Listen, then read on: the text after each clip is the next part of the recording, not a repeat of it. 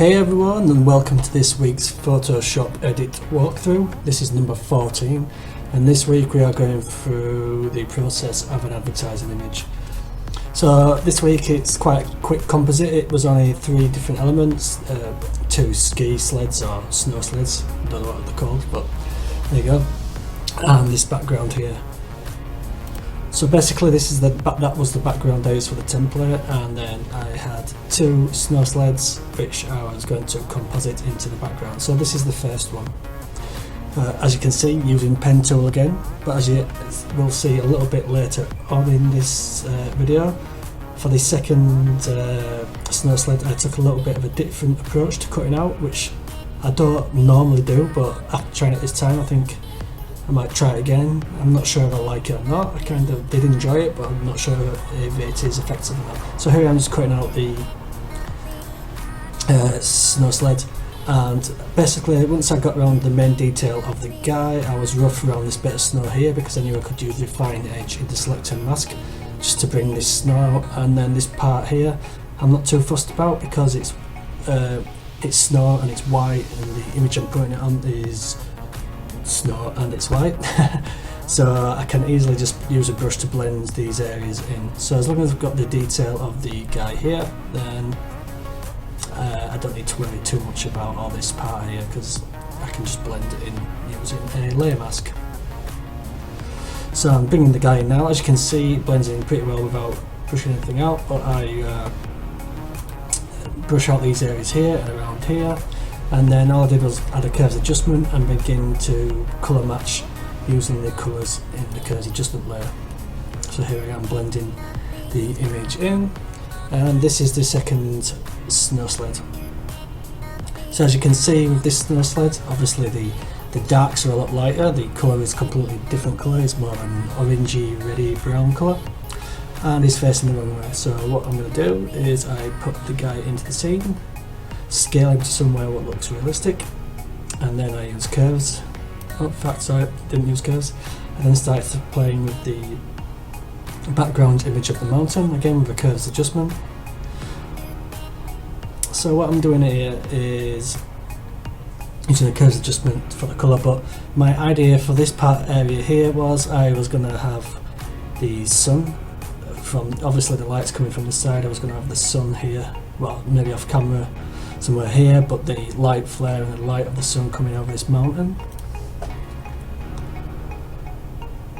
So as you will be able to see soon, I started in with curves like a little bit of an orange thing in here, and then using curves adjustment then. Losing some of the contrast here on purpose, because obviously when you get sun flare there's a lack of contrast in the area where the sun and the glare and everything is. So now just still colour matching. So I'm colour matching the guy here with curves adjustment. So as you can see here, instead of using the pen tool, I actually just use the brush on a layer mask to mask out the guy. This is not something I usually do, but I quite enjoyed it, but I'm still testing to see if it's as technically good as the pen tool in cutting out. I mean, you can soften your brush and harden your brush for the edges, which is good because sometimes the edge of what you're cutting out isn't hard, it can be soft, so you can match that with your brush. So yeah, I'm going to play with this a little bit more and see which conclusion I come to. But if you do use this technique, I'd love to hear from you, and you can let me know your thoughts on the pen tool or using the brush to cut out. So here we go. So I'm still cutting out or erasing areas of the background from the second snow sled. Again, just going through using a black brush on a layer mask just to get rid of the areas I don't want.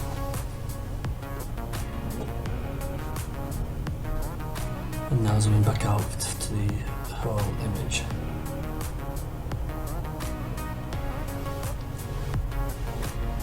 So what I'm doing now is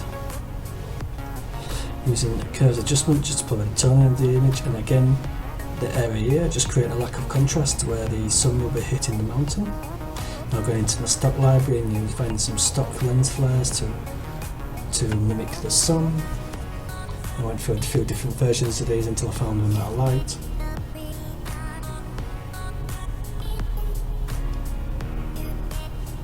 Again, just using an overlay, putting these lens flare onto screen, so anything which is darker than 50% grey disappears, and then just adjusting that with curves and playing around. So as you can see, there is no lack of contrast over this, and it's just coming over the hill. So now I just wanted to add a little bit more of the snow effect of the snow spreading. So I just cut it out from a separate image and just added it into the back, and then with curves adjustments I will blend that in using a little bit of a curves colour adjustment, and then maybe a little bit of tone.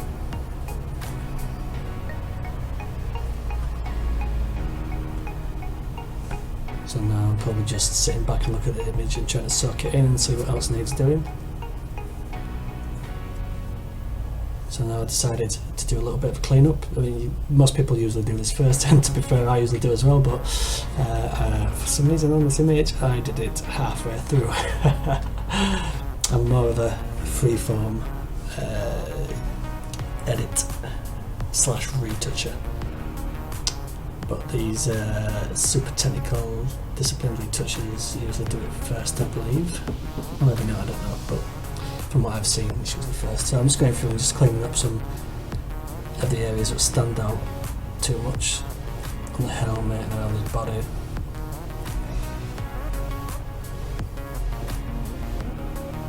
Now going back to the second ski sled, and then matching the blur of the background to the blur of the second sled. Something I noticed halfway through cleaning. So as you can see, I might sometimes go from one thing to another. There's nothing wrong with that as long as you can keep track of what you are doing. So now I am using a curves adjustment layer just to dodge and burn. I think got crazy with the dodge and burn on this image. I'm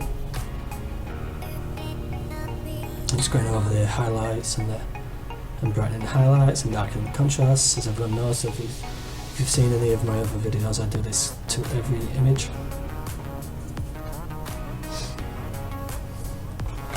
And then duplicating it just to strengthen the effect where I want it. And then again, adjusting some areas that needed masking, and now I'm adding some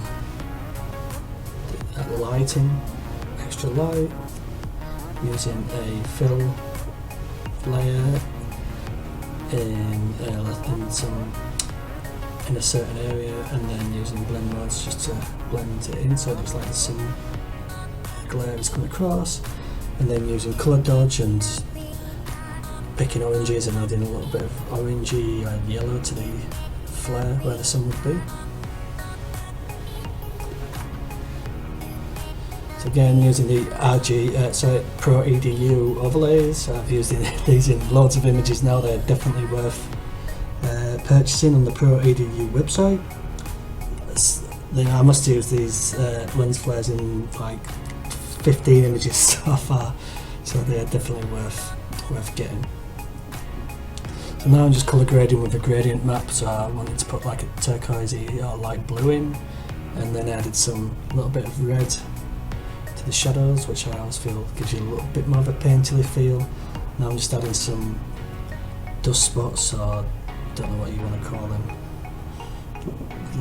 little blends, flares, I don't know. We need to think of a technical name for them, because I use them a lot too. And now just adding some light leaks in as well, just to stylise the image a little bit.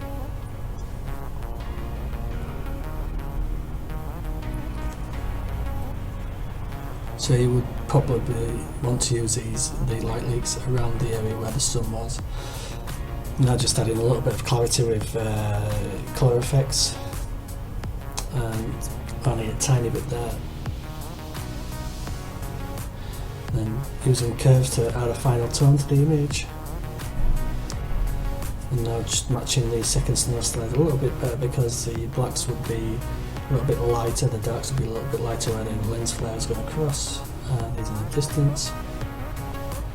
Now adding some foreground snow and putting a large Gaussian blur on it, because it would be very out of focus if it was that close to the screen. And that is the final image, and obviously I then brought in the company's logo and the text on top. But basically that's it, quite simple, 3 image composite, 4 if you count the little bit of snow. So yeah, if you've got any questions, feel free to hit me up. Also, if you've got any comments on using the brush for masking, I'd also love to hear them. Thanks a lot, guys. Peace!